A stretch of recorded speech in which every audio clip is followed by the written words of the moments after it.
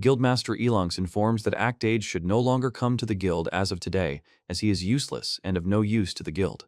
Act Age states that he has made a significant contribution to the guild and asks not to be expelled so suddenly. The man says they can't afford to keep useless people and orders Act Age to pack his things and leave. Asking if he understands this, he reacts silently.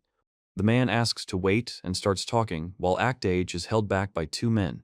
Act Age says he's on his own now and asks what to do next. Many years have passed, and now the action takes place in the kingdom of Gaeta Niga, in the city of Foretsu, Sky Jewel Adventurers Guild. Act Age knocks on the door, and a man announces that it's Keiji. Act Age recalls the words of those who exiled him and explains that he was unfairly kicked out of the guild that day. He announces that he has made a decision and tells them to come in, then states that he will never be as cruel. Act Age says that Keiji doesn't have to come because he's a useless person and isn't needed by this guild. The man says he doesn't understand what's happening. The guy says he's been contributing to the guild for years and this is happening suddenly. Act Age says he won't do it again and orders him to leave.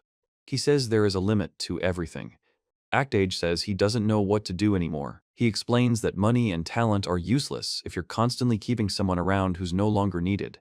The guy says that he has no parents or any connections, and if he is expelled, he will end up on the street, and also explains that the Blacksmith Guild, Hammer of the God of War, has prepared the position of Deputy Director of the headquarters of the royal capital.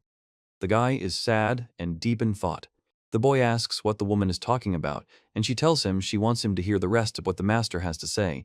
The woman is the guildmaster's personal maid, Frederica. The boy calls her Mistress Frederica.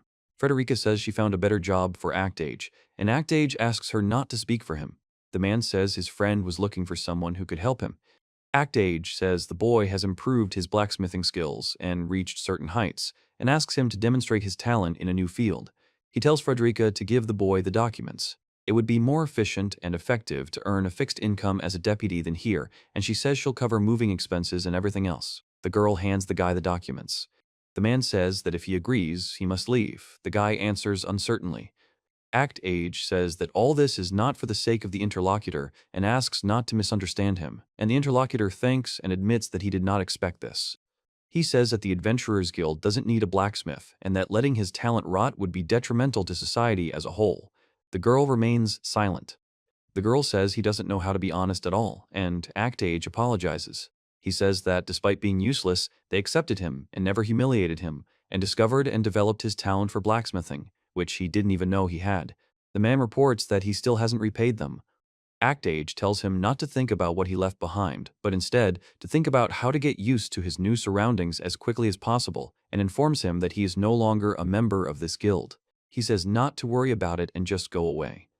The boy tells Mr. Act that he will never forget his kindness and will work hard to repay him 100-fold, and Mr. Act thanks him for his help. The girl stands silently nearby. Act Age says try, the man says yes. Act Age asks if everything went well. The man thanks her. The girl says Keiji was very helpful and asks if maybe she shouldn't have let him go. He explains that it's okay, Keiji will succeed someday, and his look says it all. Act Age says he will definitely become the head of a large organization and that he simply decided it would be more profitable to return his investment this way. The girl says it's clear. Act Age explains that young fish are released into the sea to accumulate fat so they can be harvested later in better condition, and that Keiji himself benefits from this, so he won't be offended by the exclusion. The girl says she's impressed and, as expected from the master, he's excellent as the evil guildmaster. He says that, however. The girl asks why he thanked him. Act Age explains that now Keiji needs to repay his debt and doesn't understand why he was so grateful, even if it was just for show. The girl reveals that Act is truly a villain. He remains silent. He announces that he is on duty outside, and dinner will begin at 7 o'clock. He explains that the words of those who expelled him are etched in his memory, and that he was unfairly expelled from the guild that day. Act Age says it's time to go and asks her to call him if anything happens, to which the girl replies that she understands. Act Age says he's decided to never be so cruel again. He says that he no longer wants to see such people in his circle. On the continent to the west of this world, various human and non-human races live in their own countries. The man explains that one of them is the human kingdom of Gaeta Niga. It is reported that an important state meeting is currently taking place there. The theme is defeating the demon lord, who is becoming more dangerous with each passing day. King Joseph of Gaeta Niga says they have reached a consensus and names the brave man tasked with defeating the demon lord. The man asks if there are any objections to Lawrence's candidacy. The man asks if he can spot something. The man explains that Lawrence has the strength, magical power, and inner strength to defeat the demon lord, but also says there's a problem. The king asks if this is true. The man reports that Lawrence is indeed unusually strong. The boy says he has no allies to support him, and the man says that allies are needed to defeat the demon lord. The grim-faced man claims he's skilled enough to single-handedly take down an entire horde of dragons, and that this is beyond the pale. Princess Alistella explains that a single person can handle opponents that would be difficult for a high-ranking adventurer to overcome. The girl says the situation is dire, and the ruler must be defeated before the spell wears off completely. The man asks his father for forgiveness. Prince Edward says what he wants to say and suggests relying on the active age. The man is surprised and asks what active age means. The boy says it's possible, but expresses doubt. The girl apologizes and asks who it is. He explains that he saw talent in Lawrence when he was an orphan and raised him. He's confident that the act will find someone who can stand alongside Lawrence. The man says act age is the worst guildmaster, currently around 25 years old. The girl asks if he's the worst. The man explains that Age founded the Sky Jewel Adventurers Guild at a younger age and later turned it into the second-ranked S-Class Adventurers Guild. The guy says he heard that the act exiles people no longer needed in the guild to other places, and that it has influence over nobles and even other countries. He also reports rumors that guilds that were dissatisfied with the act were destroyed overnight. The girl asks if such a person really exists. The man says, "Ha ha."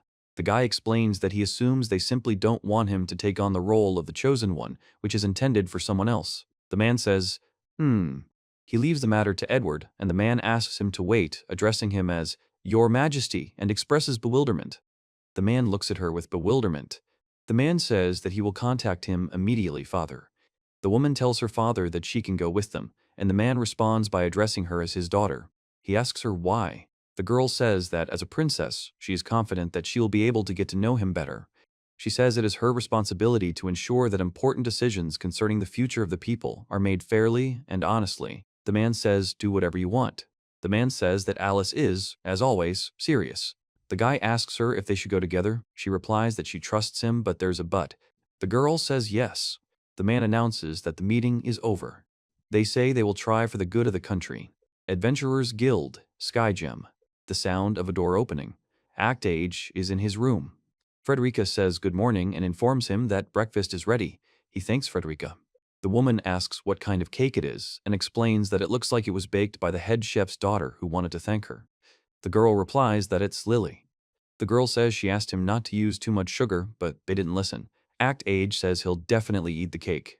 The girl says it's strange that you'll eat it anyway, and he says that otherwise Lily's time and effort will be wasted. He takes a spoon.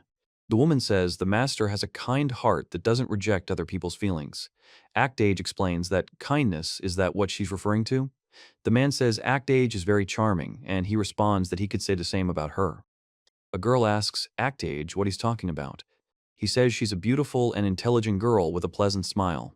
Act Age says that, unfortunately, the only person he smiles at is her, and agrees that at least that's how it should be. The girl closes the grate.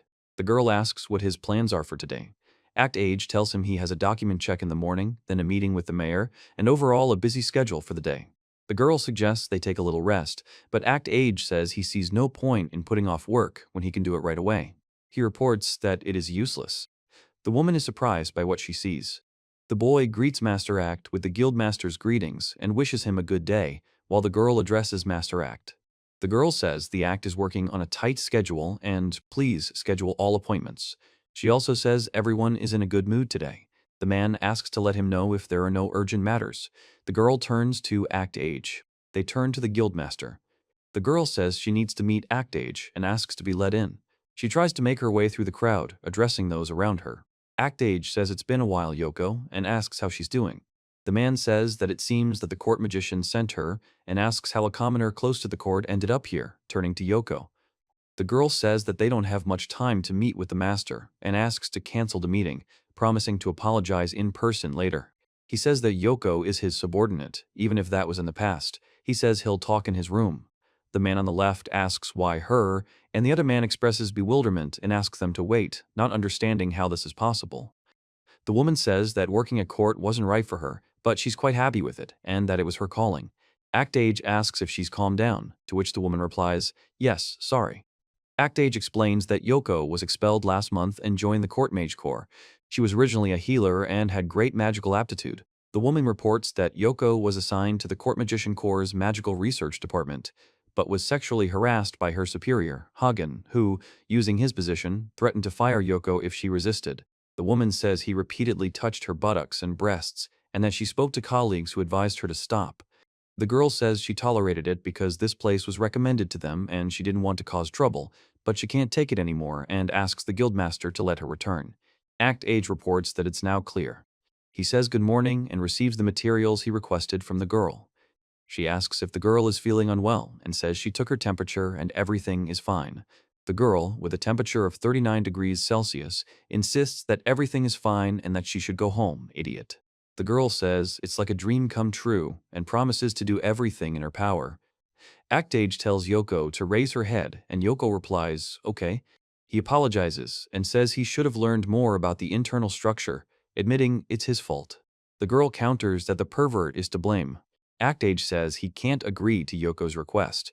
Yoko explains that she has nowhere else to go, and becoming a court mage has been her dream since childhood. She asks if the master remembers all the dreams and goals people told her about, and he says he never forgets such things, as befits a guildmaster.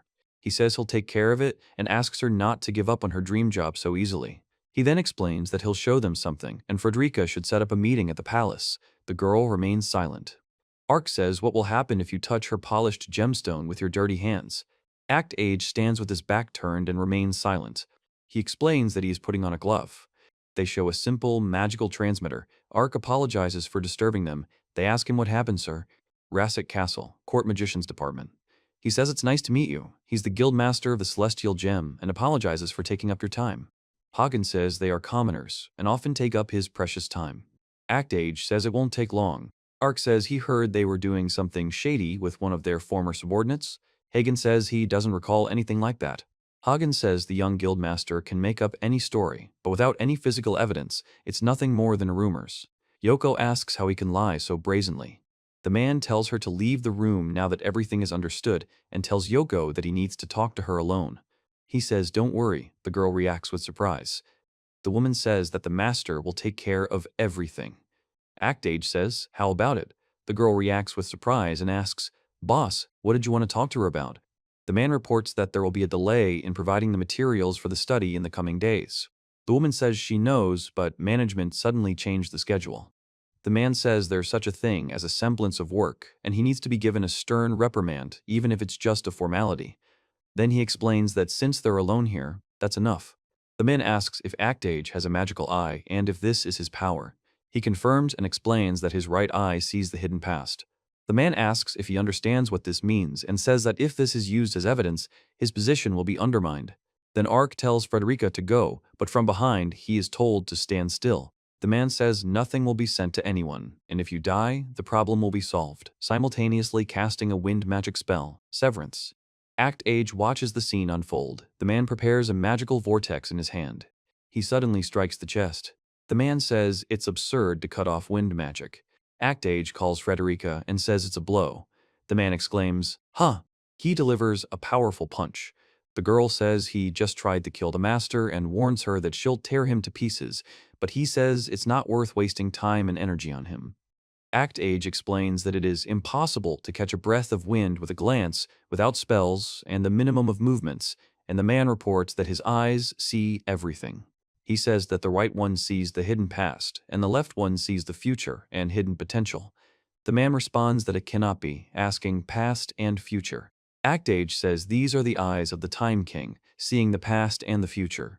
The man explains that no one with such a rare gift has appeared in several centuries, and that it's absurd for it to be a mere child, after which he turns to the chief.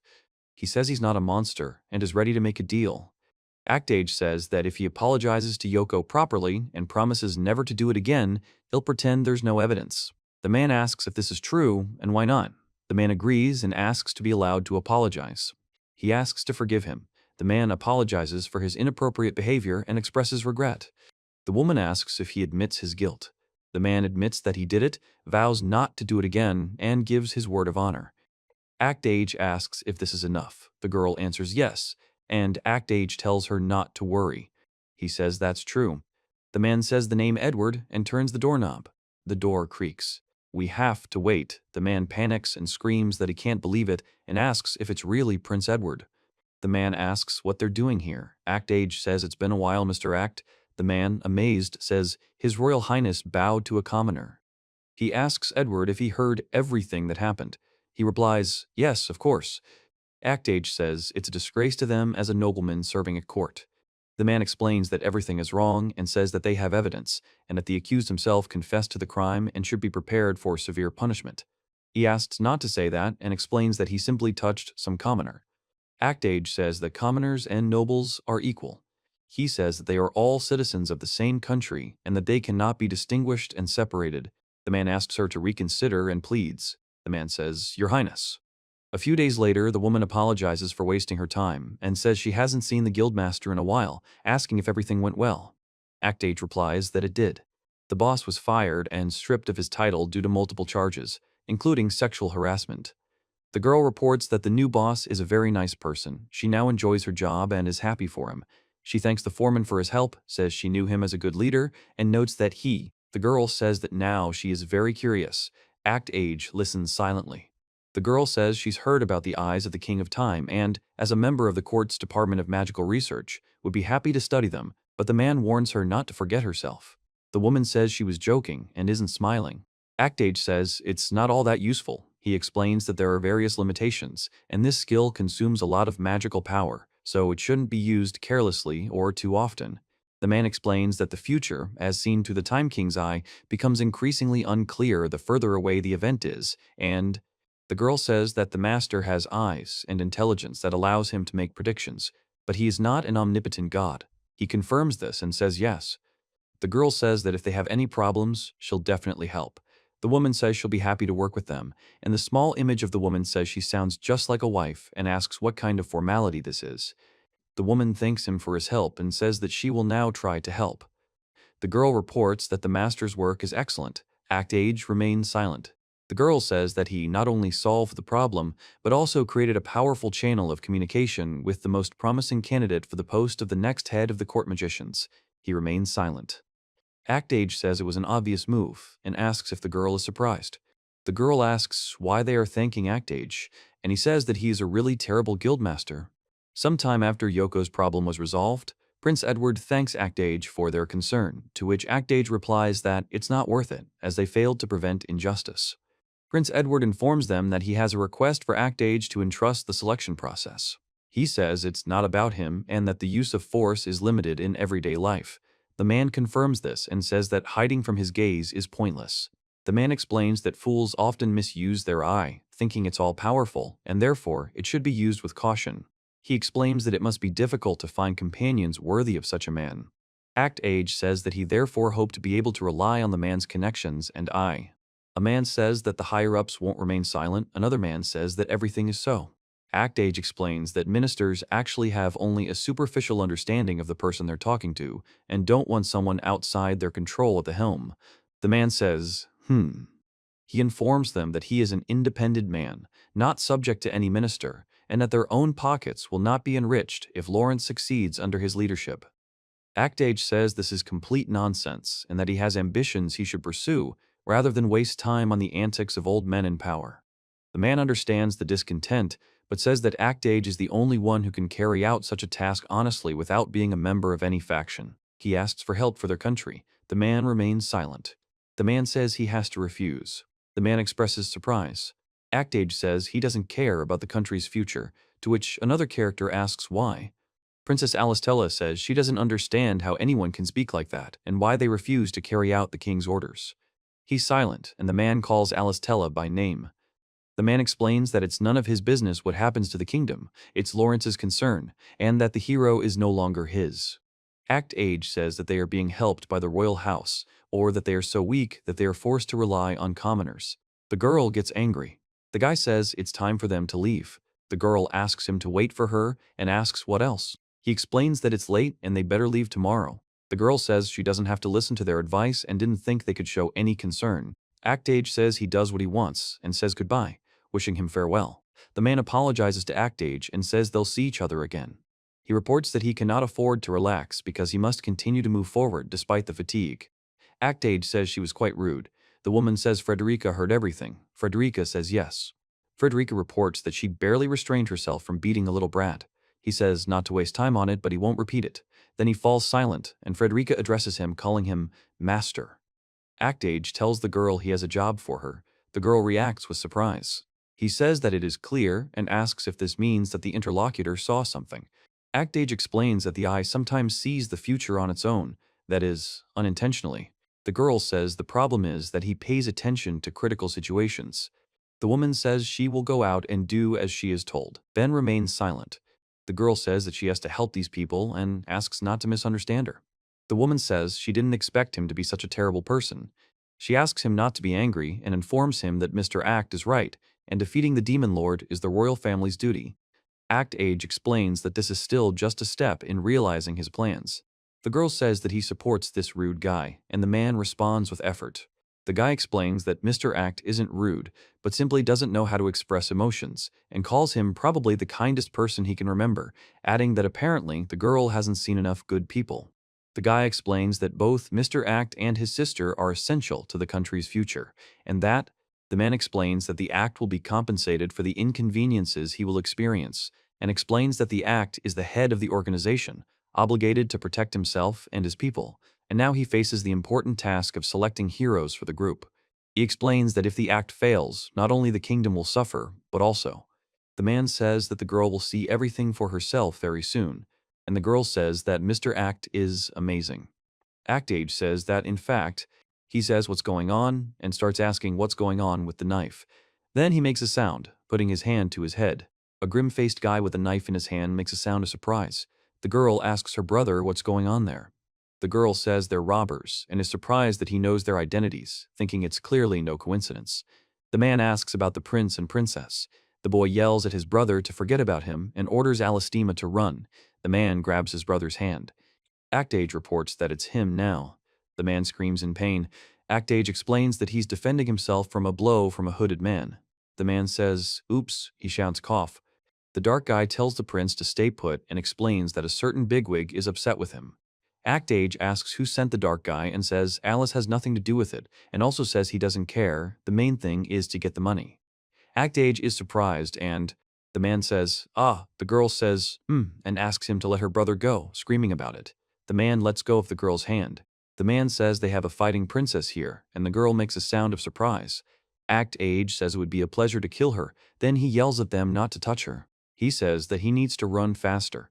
He then collides with a hooded man who makes a sound like a cough. Actage announces that here they are and asks what happened. The girl says it is and gasps. A woman says, and a man in a trench coat calls someone a little bastard. The man says he is. Actage reacts with surprise. Two men in raincoats are laughing. He suddenly exclaims. The girl says it's her brother. Actage says it's a fast-acting poison and he'll die soon, then says it can't be. The man reports that they were actually planning to do the act as well, but the two left in the middle of the night. The girl says that it is right in their favor, then she starts to speak, but stops. Actage says it's his fault. The girl says she apologizes to her brother and regrets not listening to his advice. The man apologizes. The guy says they can play now and explains that he can't control himself, and also says that help won't come since they're in the middle of the night in such a forest. The girl asks them not to touch her and screams for someone to help. The guy says, "What a pretty face," and "from." The guy yells, "Ha," and says the girl has a beautiful voice and an even better scream, then says he wants to know how else she can scream. The girl screams back, but then says she doesn't want to. The hooded man asks what they're doing here. The man says, "Huh?" Actage asks, "Who else is that?" The girl says, "A." Actage says he's giving them a chance to leave. The man explains that the fool ignored his advice and must now face the consequences. The man explains that walking alone in the forest is reckless and it will save them the trouble of searching for the guildmaster. The guy yells, "Don't ignore me." The man with the knife says, "Hey." The girl says, "No," and asks Mr. Act to run. He says, "You." Actage says that can't be, and reports that he dodged it by barely moving. A man notices a group of hooded figures approaching. Then a woman's footsteps are visible. The man says he's surprised. The man announces that he is here. Act Age makes a pained sound. The man and two other masked men say that this is unexpected. He says, "Here you go." The girl replies, "Yes," and he thinks, "How can he?" Act Age tells his brother to calm down since he stopped the poison, and his brother asks what. He says that he has the ability to control specific time, and at the same time asks how to understand this, specifying about specific time. Act Age explains the ability to stop or speed up the flow of time in the body, saying that he has stopped the spread of Edward's poison, and now he just needs to remove it so the prince can be saved. The man remains silent. Act Age says, "Thank goodness." The man calls it so. Act Age. He asks if they've had enough and suggests they keep quiet while he twists them. The man laughs and says he may be strong, but he can't defeat them all. The man asks if that's true. He suggests, "Then how about this?" A man screams as a huge wolf appears before him. The man calls for help. The man and others scream in fear. The man looks through broken glass. A man shouts, "What kind of monster is this?" Another man is outraged that Act Age can even talk like that and asks what's wrong with him. Act Age says he doesn't have to explain anything and that he fed the beast, which allowed him to get rid of the trash near the capital. The man, he says it's very fast. He looks at the girl who is moving forward rapidly. Act Age explains time manipulation by saying that if you focus the power of the eye on yourself and speed up, it will strike a man. He says he can move at speeds beyond human capabilities. The man screams, "Damn it!" The man explains it's some kind of trick and asks how he can do that. A man screams that it's a monster. Act Age looks ahead. A man with a bandage on his face lies on the ground. On the battlefield, a man in the center fights off several opponents who fall to the ground. A girl watches silently. The gloomy guy says there's no need to worry, he's on the girl's side. The girl reacts with surprise. Act Age reports that this is a squad of additional targets. In the right panel, he says he foresaw the brothers' poisoning. In the left panel, another man asks who he is. The girl says she can't afford to be weak. The girl explains she must become strong. The woman reports that the carriage is ready to depart. The girl explains that the victim needs to be carried away immediately, as he's about to lose consciousness, and Act Age explains that he can't afford to die now. The girl says that Act Age says he can't afford to die here because he has a girlfriend he wants to protect. The girlfriend says she doesn't want him to risk his life for her. The man reports that the assassination attempt on the king's offspring failed and asks what happened to the Grey Wolves' assassins. He also asks if they lost. The man says he'll check it himself and orders him to stay out of his sight, and the boy replies, "That's fine." The man hears a phone ring and picks it up. He notices a call on the screen and sees a severed hand holding a card with the insignia of the Grey Wolves guildmaster. The man is surprised. The man says he doesn't understand who is in front of him. The girl says good afternoon to Minister Bourne and informs him that Mr. Act Age sent her. The woman says she's their reaper. The man says it's a call from the repairman and asks for an answer, then coughs. The girl screams and the man says it's a call. Act Age reports that the Assassin's Guild has been destroyed and calls it checkmate.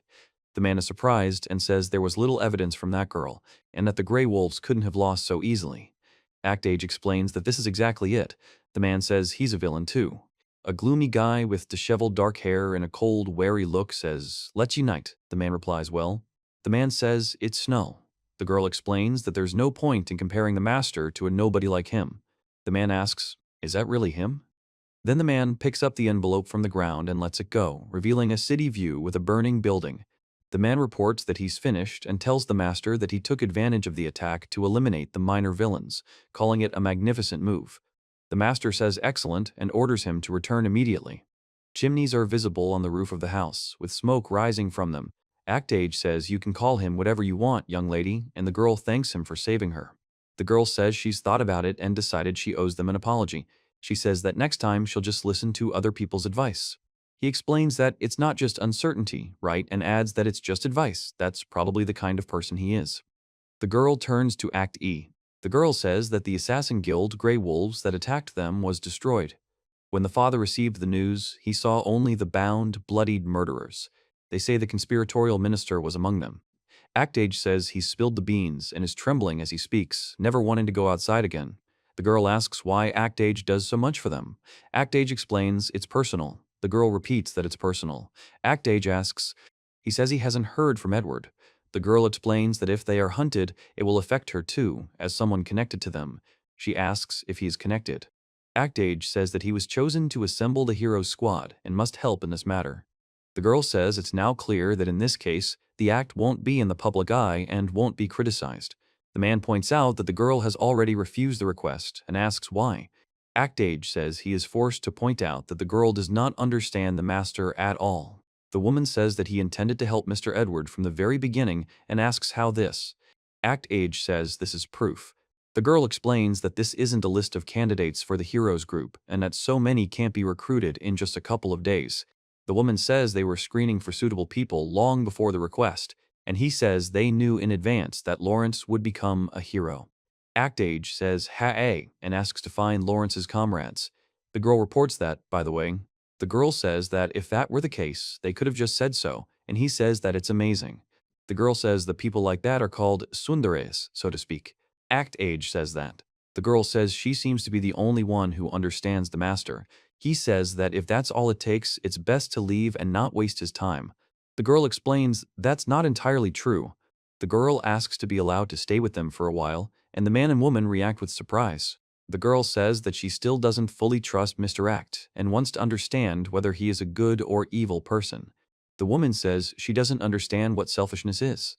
Act Age explains that selfishness is possible, but he says that this is a recommendation from his father, the king of their country. The girl demands to see it. Act Age says that the princess needs to be accepted as an assistant into the guild before the selection of the hero's companions is completed. He announces that he has sunk the castle into an eternal ice prison, and the girl asks him to stop, saying that it is a waste of time. He explains that with the seal of the guild leader, he is now an observer. Act Age says that from today on, he allows her to serve alongside him as an assistant. The man responds with surprise, asking if it's really him. Act Age says, The girl says she'll teach her duties. The girl explains that even if she's from a royal family, she shouldn't expect any favors. The man remains silent. Act Age says that since the girl is now with them, the work will have to be done properly, even if it's just a formality. The girl says that she understands. The girl says that she will also watch them closely and find out whether he is really an evil guildmaster or not. He says this with his eyes closed. The man says, "Go ahead." The sounds of birds chirping can be heard on the roof of the building. The title indicates that this is Chapter 2.5, titled Visitors. There is no text or speech on the door. There is no text or speech in the hallway. The woman reports that she is sleeping.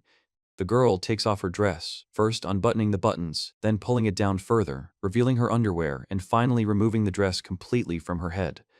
The man reports that he is wearing gloves. The girl reports that she cannot afford to relax. The girl announces that it is time for the morning meeting. A man says, "Good morning to everyone." Act Age replies, "Good morning." The man says it's Frederica's sister. Lily asks if it's true that Mr. Act ate her cake and says he said it was delicious. The woman says that Act will try to please him even more and will continue to learn how to cook, and the man and the girl praise Lily. The woman explains that she is Fredder's sister. The old man says he's back again and has been hanging around since last night. The girl with the ears says she can't stand him anymore, and the man with glasses and the girl in the maid outfit say he's persistent and ask what to do. Act Age explains that it's understandable. The man says to leave it to him, okay, and the woman says yes. First, a door creaks, then a mansion is depicted. A girl walks through a garden, then her foot steps on the floor, after which the girl says she's tired. The man reports that a suspicious character has been hanging around here since early morning, and says that it is troublesome, but perhaps it is worth looking into, although it does not concern him. The man says he is not a criminal. The man says he's the guildmaster of a large guild called Home Heroes. The girl says he must be mistaken and asks if he's Mr. Ilanx. The man replies, "Oh." The man says it is Mrs. Frederica herself and asks how Mr. Act is doing, reporting that the master is still sleeping. The man says that if the girl has business, she should arrange a meeting in advance, as arriving so early in the morning is considered bad manners. The girl apologizes and explains that Mr. Act is very busy, making it difficult to arrange a meeting. The man asks what his interlocutor's question is, then says that he is talking about Mr. Act himself and wants him to return to his guild. Act Age says that several years have passed since his exile, and by the time he realized that his guild, which had been in decline, was only kept afloat by the power of another, it was too late. The girl says that she wants him to come to her. A gloomy young man with tousled dark hair and a cold, wary gaze says he doesn't care and asks her not to bother him. An elderly woman begs him, pleadingly, repeating the request several times.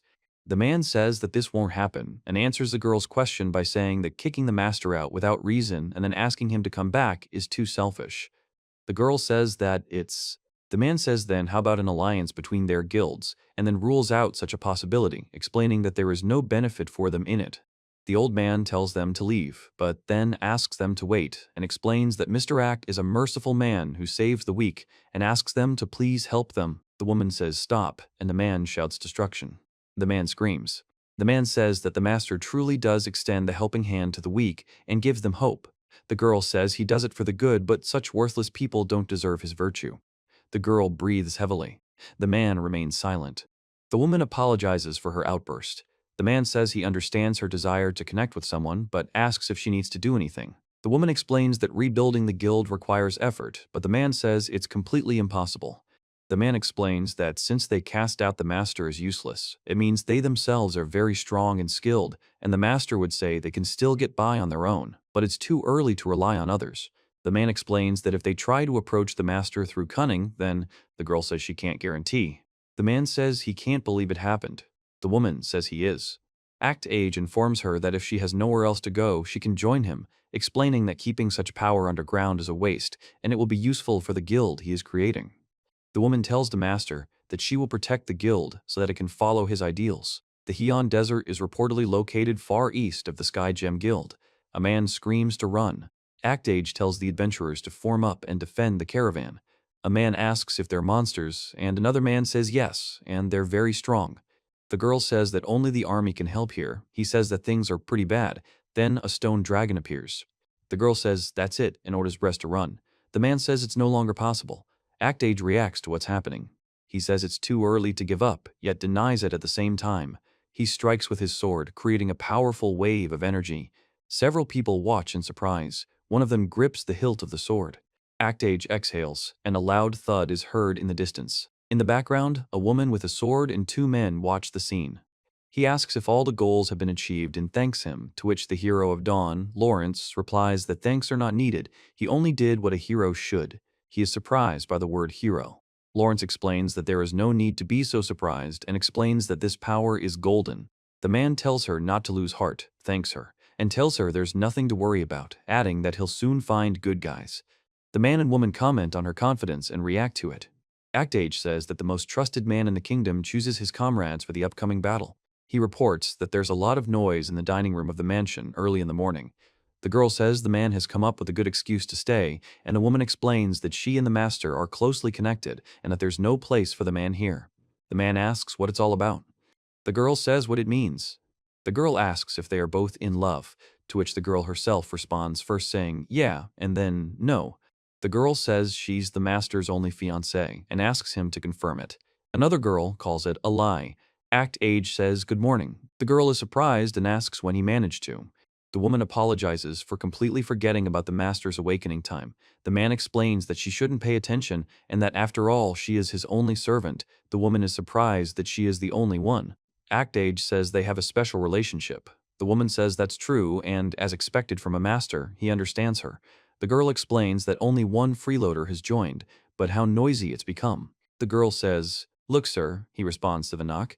Hayes announces that breakfast is chicken and vegetables with Aurora sauce. Act Age thanks him. Hayes says it's great that Frederica has a friend, and Act Age repeats the word with a question. The woman says that girls don't understand relationships between adults, but a friend. He says his respect is reserved only for the master, and some girl will get by, calling it impudence. The girl explains that this sometimes happens with friends and asks if it can be called a friendship. Act Age says this is the first time she's ever been this angry and reveals that they have an unexpectedly good relationship. He says that he needs to learn to understand girls' hearts, and the girl says that she doesn't need that and wishes him a pleasant meal. The man announces that it's time to go to work. The girl thanks him for the hairpin. The girl asks what a gift to another woman means and is surprised to learn that it's a magical identity recognition item that shouldn't be shown to the royal family to avoid unnecessary noise. The man apologizes. The girl understands the significance of the hairpin. In the upper right-hand shot, a man says he's coming and asks what the other man is doing. A woman asks the master for something, but the man explains that identity verification isn't necessary. In the middle shot, a girl with ears asks who the girl is, and the man greets the guildmaster. Act Age announces that today is the day off and suggests they go out for dinner. Alice and Frederica object that this is not right, explaining that whoever gets there first is the winner. Act Age invites Alice and Frederica to come with him, and Alice calls him Guildma.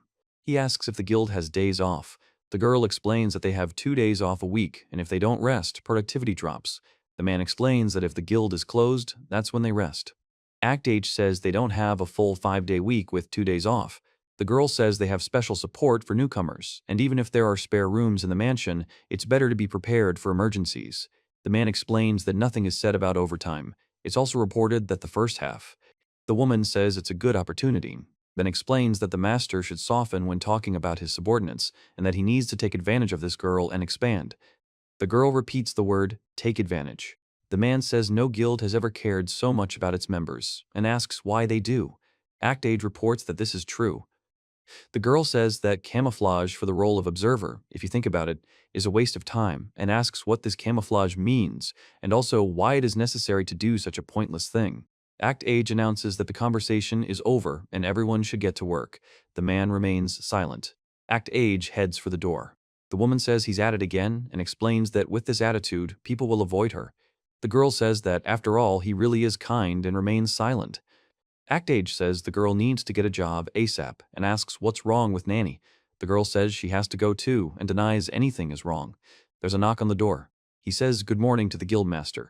The girl informs him that there are a lot of quests in the guild today and asks him to take care of himself, to which he replies that he understands. The girl with the ears says good morning to the guildmaster and reminds him to be prepared and not to overdo it when hunting monsters, and the guildmaster agrees.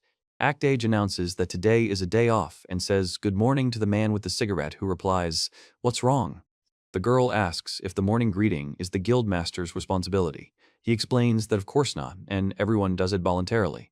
The girl says her master is popular. Act Age says he is not her property. The woman says she's a love slave here and that he's just a servant. The girl says she's his property and asks him to acknowledge it, addressing him as his master. Act Age says he's the one distributing tasks and confirms that he oversees the schedules of all guild members. The girl is surprised that the master distributes work based on each guild member's abilities, saying that's usually impossible. The woman praises Act Age, calling him the leader. The girl says that for an S-rank guild ranked second, they're a bit short on people, and adds that a lot of people are leaving. The man asks if they're leaving and says that even with such good working conditions, it happens. He says, okay.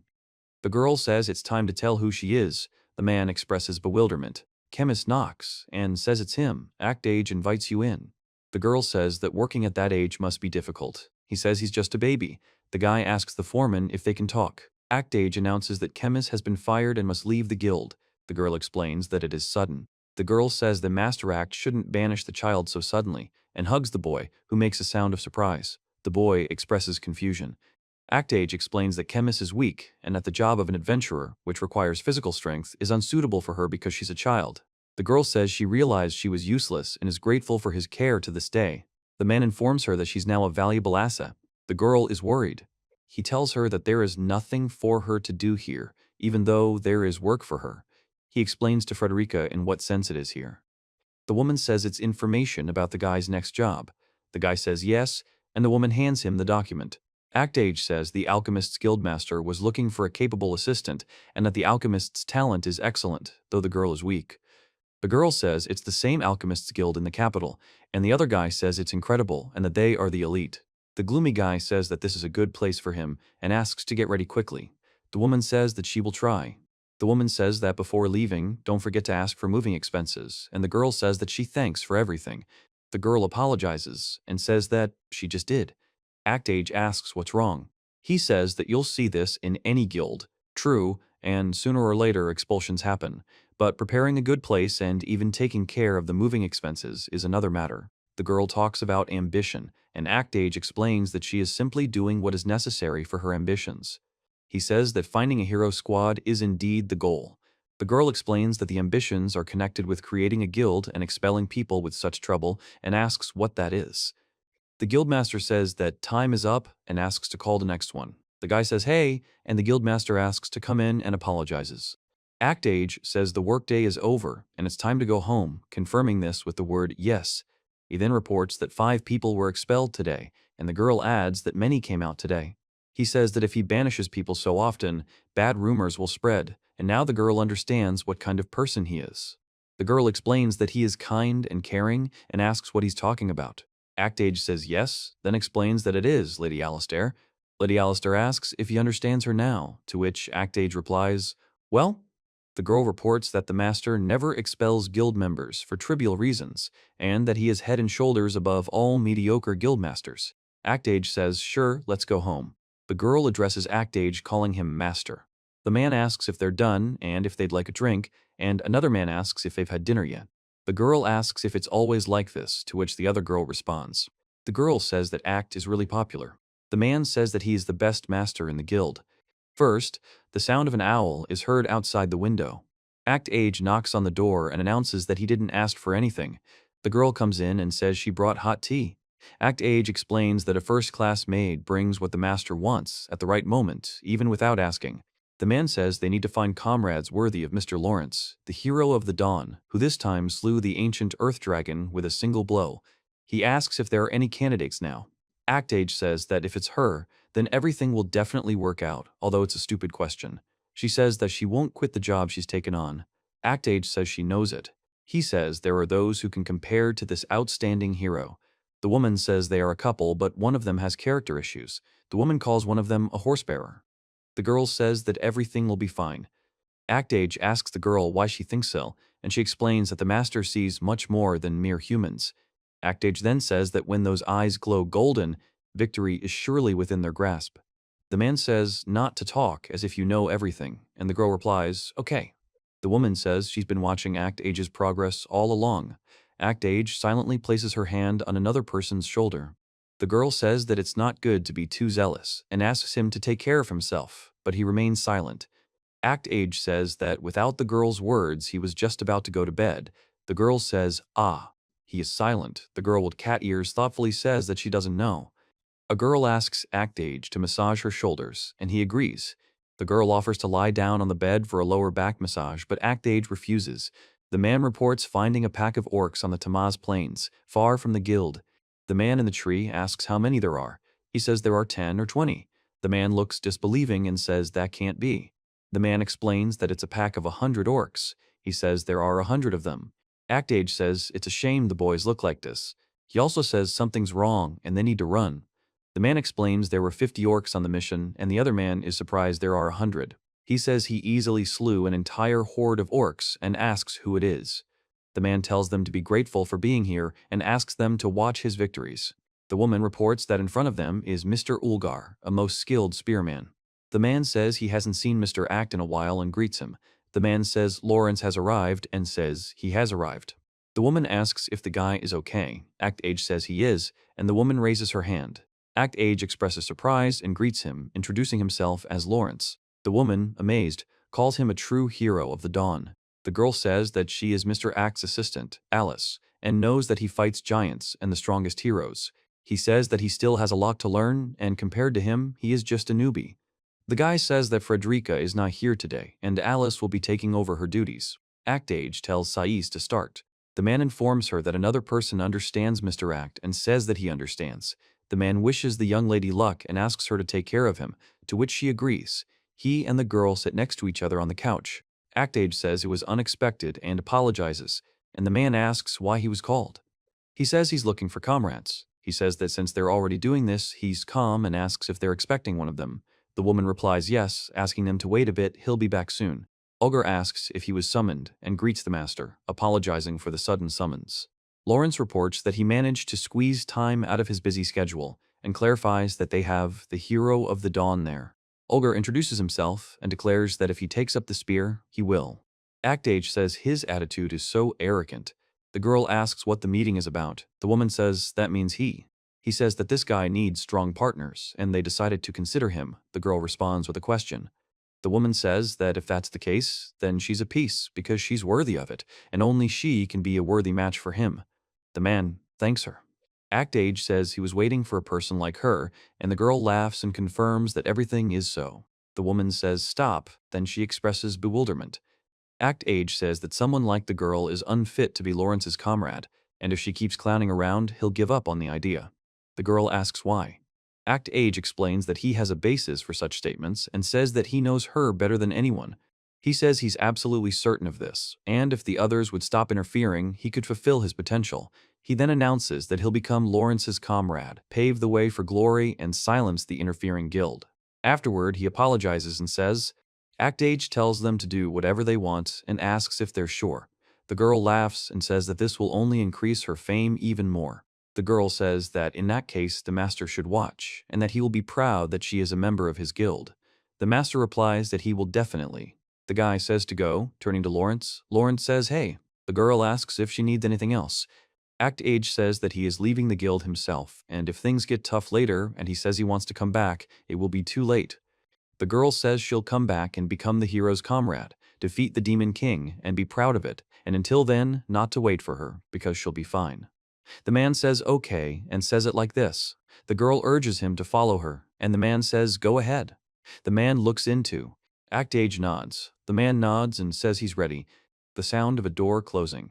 The man says that this vulgar man is somehow unpleasant and asks what makes the girl think so. The girl explains that he cared about him so much, and he responds by adding that there's no point in wasting energy on anger, then says, well, okay. Act Age says he'd like to say something, then asks if he really meant to make him Lawrence's comrade. The girl confirms this and asks why he did it then. Act Age explains that perhaps if they had simply been brought together, it wouldn't have been the same. He says that in any case, everything will become clear in about 2 weeks. The girl expresses bewilderment. A woman tells Mr. Act that something bad will happen in 2 weeks. Act Age asks what happened and identifies the woman as L. Lawrence. The man says Ulgar has disappeared. The girl says she doesn't understand what's going on and makes a sound of surprise. The man exclaims in response. In a tavern in the central city of Noya, a man screams that he can't hear. A woman complains that every day of training is like hell and asks why she became the hero's comrade. The man announces that it's time for a 100-kilometer run, followed by 10,000 spear swings, and adds that, although Act Age says that if things get tough later and they say they want to return, it will be too late, and warns that the person is leaving the guild on their own. The girl says the place was nice and wants to return, but can't. The man greets her and asks if the girl is Master Ulgar, or if she's the one who's leaving. The girl asks who he is, and he says he's asking for forgiveness. Ford says his name is Ford and he's a scout. Act Age says he knows them and is looking for talented people to join the guild. The girl explains that he's the best spearman in the world. The girl says that he recently single-handedly defeated 100 orcs, and notes that he is truly worthy of the title of the strongest, and he confirms this with laughter and agreement. The man says he sees that his interlocutor is a connoisseur of craftsmanship, and laughs. Act Age says he thinks the man should become a combat instructor for their guild. The man asks if they really need someone capable, and confirms this. The woman says he'll be an instructor. He explains that it's a far more noble pursuit than fighting enemies, and that people like her, who know martial arts, are very useful. The woman asks, here's how. The gloomy guy says that's exactly it. Act Age reports that this is how it works. He says that defeating the Demon King is a hero's job, and asks if he'll become someone by defeating the Lord with him. The girl explains that she's like a frog in a well and that Lawrence is too strong. He confirms this. Act Age says that's why the role of instructor is more suitable. The man says that the life of an instructor is comfortable and highly paid. The girl replies that it is clear, and he asks if Ulgar is here. Act Age says that here he is. The man only says the sound G. The man explains that he is the guildmaster. Act Age taps his fingers on the table. He says he hasn't seen his interlocutor in a while. The man asks if this is the deputy head of the Hero for All Seasons Guild. He says he's honored to be remembered, but he has things to do. Act Age says Ulgar is useless. Ulgar asks what to do. Act Age says he heard Ulgar ran away. Ulgar counters that he didn't run away and asks not to overdramatize. He tells Lawrence that his training was tough and he ran away, and then says he was right about him. The man explains that he's just a small fry. Act Age says he was called a small fry and backs it up with the word true. He says that someone ran away with their tail between their legs, thinking that they are no match for Lawrence, and asks who it is if not a small fry. Act Age says, then prove it, and orders her to fight him. The girl explains that she's no small fry, but Act Age tells her that she's even weaker. He says that if he wins, the other person must admit weakness, and the other person agrees and says, okay. He says that he can't lose and demands that if he wins, the other person take back his words. The man says, let's go then. Act Age says, The man explains that the idiot just sits at the table all the time and that he won't lose to him. He says he can't understand why the girl isn't answering. The girl says she doesn't know what to say. The gloomy guy says that he decided so. The woman reports that Olgar has finally regained his fighting spirit, and the man explains that if he hadn't held on any longer, he would have fallen apart completely. Act Age reveals his name. It is reported that this is a training center belonging to the Sky Gem. The boy tells Mr. Act that he is a vulgar. The girl shouts at Mr. Act. The man says that the prodigal Ulgar has returned, and he is very happy. And Act Age says the name Lawrence with difficulty. The girl says that she won't come back and only came to beat this guy. He says that now they will fight with him. First, Act Age says he's strong, and then the girl asks him to stop immediately and says there's nothing wrong with it. He says that Olgar has quite dexterous hands. The girl says that she knows this and adds that Olgar has the same. The man explains that adventurers of S rank and above trained by Mr. Act possess immense strength and expresses surprise. The girl asks the master to stop and suggests he begin, thinking of Lawrence. Act Age looks at her silently. The woman says he's said to be strong and says she'll show him what she's made of. The man stands still and the woman rushes forward. Act Age screams and strikes with his spear. Act Age is surprised and asks if his opponent dodged. The man says, "Wah!" and kicks away the strike. He says he feels pain. The girl screams that she gives up. In the top right, a man says he can't believe Act Age dodged such a fast strike, and the girl explains that it happened as expected from Act Age's Eye of Time. In the bottom left, Act Age asks what happened and if this is his limit, and the girl from the woman says, "Oh you," then screams, "Ha!" The man strikes back. The woman parries the attack and delivers a powerful blow to the man. Act Age says the girl's squad of heroes will definitely be defeated. The girl breathes heavily and asks if she understands now. Act Age laughs and says, "Well, well." He reports that he hasn't moved a single step. The man says that even as a fighter he couldn't touch it, and that's true strength. The girl expresses surprise. Act Age says he's not like that, and it's not true. He then declares that he's the strongest spearman. After that, Act Age reveals that he's been hiding such immense magical power all this time. The man and the girl react to this, the man expressing surprise, and the girl exclaiming Kaya's name. He says, "Okay," and orders the man to take the hit. Then he attacks. The man runs towards Act Age. Act Age falls back after the blow, and the girl delivers a powerful blow with the spear. Act Age says it's a good blow. The girl looks tense and focused. A man and a girl are standing near a doorway. He lands suddenly on the floor, causing a loud explosion. Act Age says, "GH." The second panel shows the sound of a fall or destruction. The woman says, "Damn it," and he says, "Pew's the proof." The woman says they'll fight again, but it's pointless. She adds, "More." Act Age says the man is weak. He tells her that even if she fights him as many times as she wants now, she won't win, and says that her interlocutor will simply continue to make a fool of himself. The man with long blonde hair remains silent. Act Age explains what she's instructing the man to do next. The man says he understands. The woman says it's Algar. The man says Algar broke the wall. The man says it was a good fight, and the last punch, in particular, clearly shows the results of his training. The woman calls the man Lawrence. Act Age says he'll become even stronger than he is now and force the guildmaster to admit it. The man replies that Act Age will improve. The girl replies, "Yeah." The next day, the girl tells Act that he saw today's newspaper. The girl reports that Lawrence and his squad seem to have defeated the Demon Clan, and Olgar has distinguished himself so much that he has received the title of General. The girl is silent. Act Age says, "Here's how it is." The girl in the maid uniform stands silently. He explains that the training fight was arranged to lift Olgar's spirits and says that his interlocutor thinks too much. Olgar says that he is, after all, very kind, and he asks him not to talk nonsense. The girl says she likes this feature, and the little girl on the right is surprised, asking if she likes it too. The girl says that, then starts blushing and says that she always. The girl asks for forgiveness. Act Age says he's decided to play hard to get and calls the girl a girl. The girl responds by asking what. Act Age turns to Frederica. He tells her not to show her ears and tail so much. The girl asks if the master noticed this and receives the answer that yes, he did. The woman reports that there was a report from Lawrence, and Olgar has completely changed from how he used to be and is training hard. Act Age says that this is how. He reports that the words were the master's kindness aimed at his growth and explains that they forced him to leave the guild in order to cut off his escape route. Act Age says not to look for hidden meanings, like others. He says that even if no one understands, he knows their awkward kindness. The man says, "Hey," and the girl explains that even if few understand. The girl says that even if everyone hates her, she alone will serve until death. The man is silent. Act Age looks down. He tells her to do what she wants, but the girl asks him not to tell her so she can leave. Act Age is silent. The man says he's watching from the window. The man continues to stare at Act Age. He says his name. The man with glasses explains that because of him, the number of Lawrence's comrades has increased, and if it's the same person, he won't report it since it's within the margin of error. Act Age says that, however. The woman says, is it really her? The gloomy guy says that if this interferes with the plan, then everything will go to hell as expected, but his intuition was right. The girl says she will watch for now. Act Age says he can't afford to be weak, because weakness will kill him. He then states that he must become stronger to protect those he cares about. He says that if she doesn't want him around, she should say so directly. The woman explains that she doesn't want him to suffer because of her. He says that he doesn't intend to suffer and wants to be around her.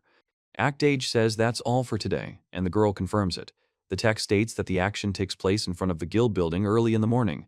He says there's a noise inside, and the girl says that that voice can't be there. The man in the background shouts, "Guildmaster." Roselia says she hasn't seen a guildmaster in a while and asks if he's okay, kissing him on the cheek. The guildmaster explains that people don't die of loneliness. Roselia says she missed him terribly and thought she was going to die, and the woman warns. The woman says it's Frederica, and Act Age replies that it is. A woman informs the guildmaster that there is someone she would like to introduce later and asks if they are useful. The guildmaster replies that, of course. The gloomy guy says that he also has business and asks to follow him. The girl replies that she understands, and Frederica expresses irritation. The girl says yes, master, and asks for tea. The girl remains silent. The woman says she's listening. Act Age asks why she's angry, and the girl says he's still the same, guildmaster. The gloomy guy says it's an office. The girl says she wants to know what business they have with him. The woman says that if this is an invitation for the night, could they please give her some time, since she just returned from an adventure and is probably all sweaty, and adds that she would gladly give herself entirely to him. Act Age replies that no, he has no intention of sleeping with his subordinates, and asks. He tells Roselia that she's been exiled, and asks if she's threatening to send him to another guild. Roselia says she called him to get down to business and stop fooling around. Roselia says that exile is mean. The boy shouts, "Wait a minute," and the girl with curls and closed eyes reacts. The fairy says she can't just remain silent, accuses him of deceiving his mistress, and then banishes her. The girl with curls calls Mizari by name. Act Age asks. He explains that he saved the girl during a fire dragon attack because she had nowhere to go, and he took her in. The man explains that this is the reason for her exile. The girl demands that he not ignore her. The girl says he needs to hear her. Act Age reacts to this and begins to create a vortex. The woman shouts to the guildmaster. Act Age jumps and lands. The girl says she doesn't admit it and doesn't want such a weakling to be her mistress's guildmaster. She asks Mizari what he's doing. Act Age says his magical skills are quite good and allows him to join the guild. The woman says Act Age is annoying with his arrogance and asks if he wants to get what he deserves again. The girl shouts at Mizari. The girl says she was scolded because of Act Age and that she hates him. He says the situation is too much and advises her to go outside to cool her head. The girl replies that she doesn't understand. The girl says there's something strange about this place and suggests checking it out. Act Age says he feels it too. He says he doesn't care and reports that the girl found a pretty good shot. The girl apologizes to the guildmaster. The woman explains that the girl is excellent in a support role, which is why she brought her to the guild, but she has a special personality. The woman explains that they don't choose people based on personality, and she's in charge of trusting the guild. The man thanks her. Act Age says they were going to discuss Roselia's exile. The man asks what the master is talking about. The man says, now is the time. The man asks to wait. The girl says that this guy is so annoying. Thief Henri explains that the guildmaster is very cool, then asks Mizari not to say that. Maidride says he sees the hidden meaning. Warrior Bridge asks what's wrong with them and agrees with something. The man says the guildmaster is a very kind person, and Act Age says he definitely is. The girl says it's Roselia's squad from the Sky Gem Guild. The man says, and the other man says, no. The woman says she refused, and that's why he changed his mind, and the man asks, what about expulsion? The woman says that Roselia obviously had some kind of proposal. Then the woman tells the hostess, and another woman asks, what exactly? The girl says there's a secret passage, and the man says he can't see anything. The girl explains it's an illusion wall, and the man asks him to wait, he needs to check something. The woman says they better hurry and calls for Mizari, who reacts. The girl screams that they don't dare repeat it and asks if someone wants to kill her. The woman explains that everything is fine and asks what exactly. Actage explains that there really is a hidden space here. The girl calls the owner to come here. The girl says that if they cross into an unknown area, it could be a trap, and notes that Missouri deserves credit for noticing it. Missouri reports that everything is fine, there are no traps on this side, and the investigation is complete. The girl adds that there are no body traps here. The girl says that if that's the case, then there's no need to rush, and the other girl says that we need to look at the treasures. The man says he succeeded and that it's all his doing. The girl says Roselia, and the other girl expresses doubt. The woman says, "Come back, Missouri." Missouri is surprised and asks what happened. The woman says everything is fine and offers to divide the treasure with her mistress. The man says something strange is happening. The girl says it's a magical teleportation barrier. The woman explains there shouldn't have been any traps and doesn't know what to do, and the man says that can't be happening. Actage says, "Ugh," and then yells, "Ha!" He asks if everyone is here and where they are. The girl says it looks like some kind of large room. Then he expresses surprise. The girl with 2 buns of hair panics and says she doesn't understand what's going on, and he is surprised and asks, "Is it really possible?" The woman tells them to prepare for battle and that they are coming. The girl asks who is coming and screams. The girl explains that this is the room of the master of the labyrinth, and the man says that here he is. The woman reports that this is the ruler of these places. Actage says that teamwork is important and encourages them to move forward, to which the others agree.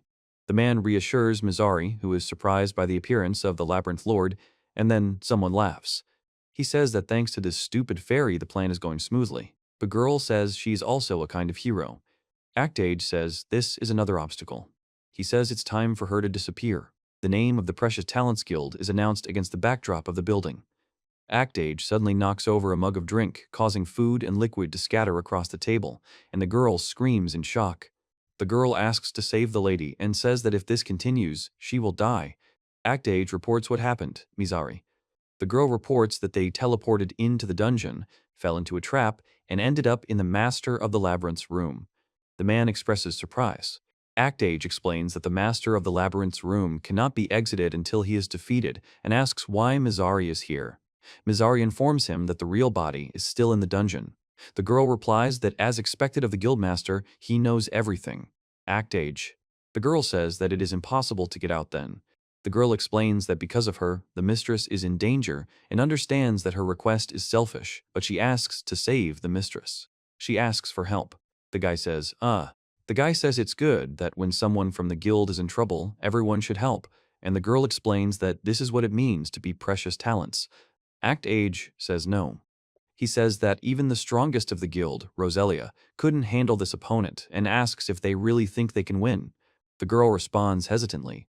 The man explains that this means she wants to leave her mistress in the lurch. Actage speaks to Frederica, and she confirms that she is listening to him. The woman reports that the preparations are already complete. The man says to go, Mizari. The girl expresses bewilderment.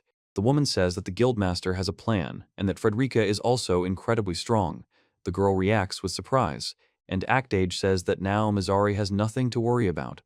The woman says it's not for the man's sake, so he won't be misled. The man asks if the woman will really help, even after what she told him. The man explains that although she chose to participate in the mission, the responsibility for it lies with him, and that it's too early to lose someone like her. The girl says that if Actage goes, nothing will work, and the other girl expresses bewilderment. The woman says she'll figure it out herself. The man explains that their guildmaster isn't just merciful, he has other strengths too. The man hurries, and the woman thanks him for his haste but warns him of traps. The man asks, hey, the name is revealed, Skylar's Labyrinth. The woman says there are no problems, and explains that the master avoids all traps and enemies, but the boy expresses confusion. The man asks what that even means. The girl realizes they haven't encountered a single trap or enemy. Actage reports that they arrived so quickly on the main route. Actage says to go. The image contains no text or characters, only architectural details. There is no speech or action to retell the story. The girl screams several times. Then Actage announces that she is striking the monster. He says that these tentacles, no matter what they look like, are damn hard. Then she says that she will then say a triple strike and attacks. The girl reports that there is an effect. Then she performs a triple jerk and a violent bloom, after which she says that all that remains is to get to the body.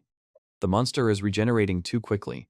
The girl reports that she's gradually losing the initiative after just a few attacks. She asks if it's truly infinite. The girl says, if only. Then Act Age grabs the girl in his arms. The girl exclaims, guildmaster, and he says that the master will be checking on the wounded and treating them, turning to Frederica. A large wolf appears. He says that he's an inhuman monster and is now an adversary. The man and the girl look at each other silently. The monster makes a sound, then breaks a tree branch. Act Age and the girl watch.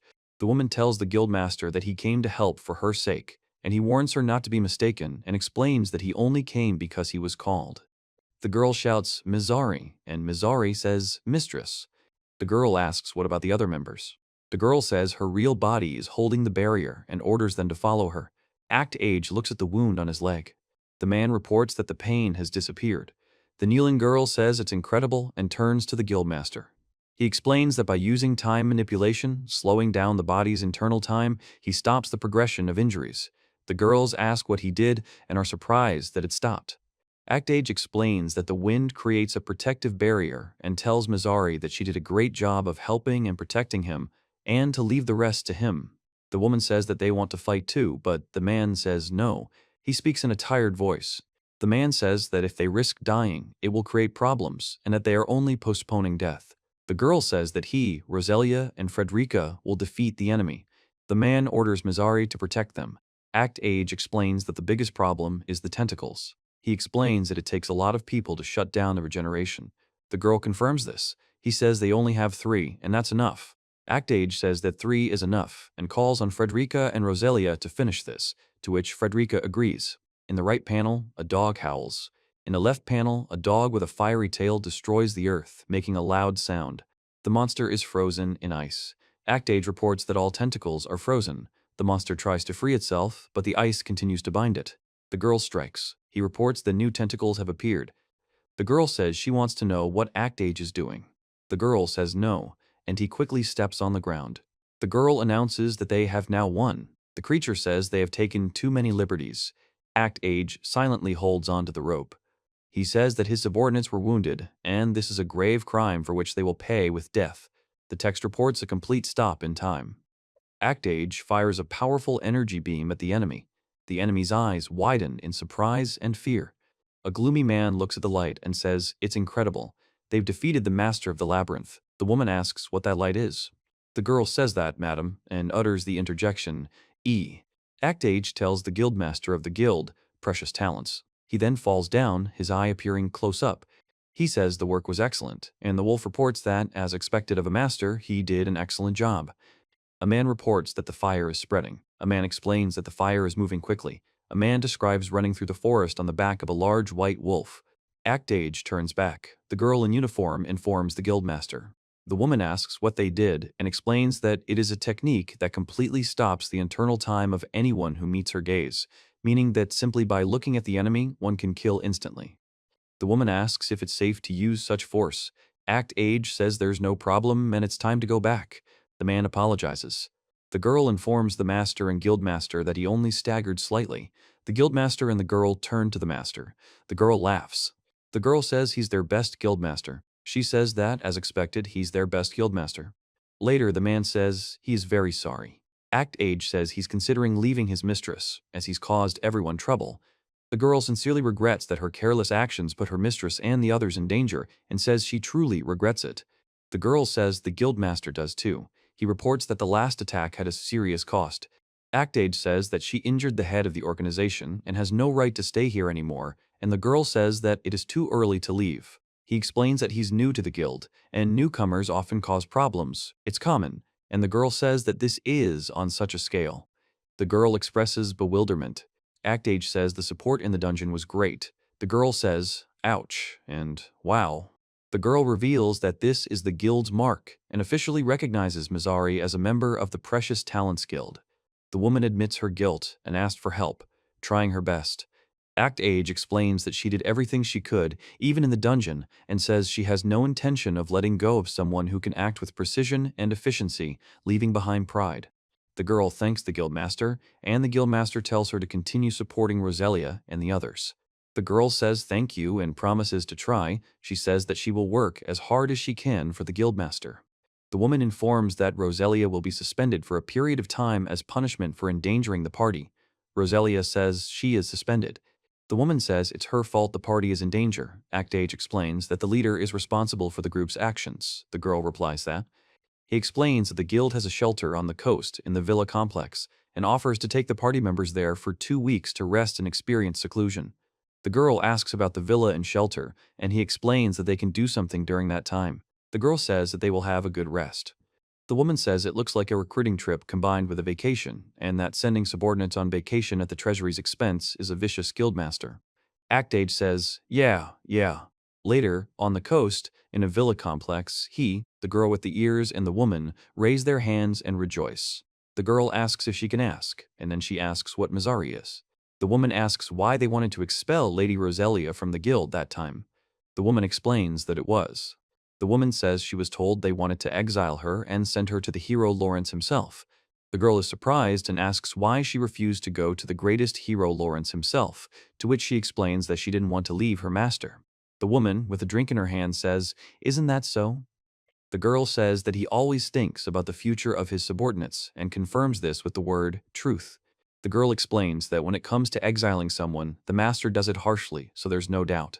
The man explains that if the expulsion causes pain, the master will revoke it. But if it's the right decision for the person, it means he truly cares deeply about them, and that's why everyone loves the master so much. The girl says she was unfair to him, and Act Age says yes. The girl says that the master always forgives and considers that the mistakes of his subordinates are his responsibility too. It's his style to speak like that. The girl with horns laughs and says she has another rival, and the girl in the swimsuit is surprised and asks what she's talking about. The girl in glasses asks if she's also fallen in love with the gentleman, and the girl with horns laughs and says she's blushing and looks cute. The girl says that the master must finally admit that Frederica is his number one, and that all subordinates are equal to him. Act Age says that's not what he's talking about. The woman says the gentleman is unbearable and asks why he came here. He says that after the boss dies in the labyrinth, they need to get back to business. Act Age explains that although Misery, as a high fairy, claimed there were no more traps, the teleportation had worked, which he found suspicious. He then reports that he's concluded it wasn't a trap. The man says someone used a spell on Roselia, and the girl explains that teleportation is an extremely complex magic and reports that the enemy is very strong. The woman asks if they saw who it was. The man says he wasn't there. The spell was cast from a great distance. The man expresses surprise. Frederica says that's impossible, explaining that teleportation itself is only available to a select few, and using it outside the Eye of Time's range is beyond human capabilities.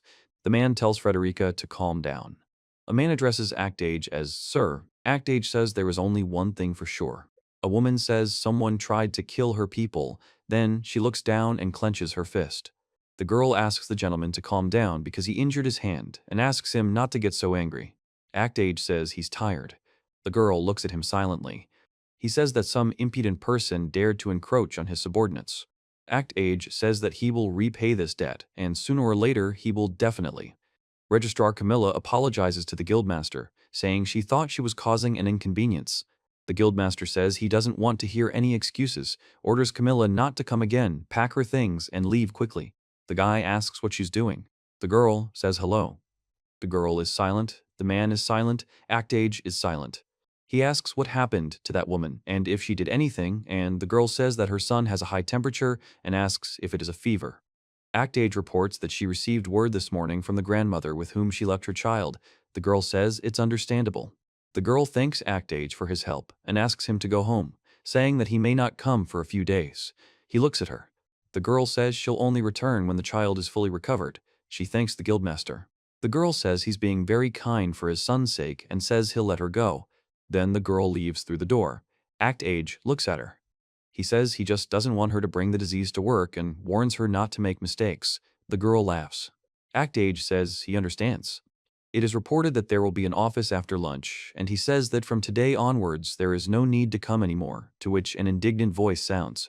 The guy says he still wants to work for this guild, but Act Age remains silent and says it's the guildmaster's order and he should leave quickly. The guy replies, "Hey."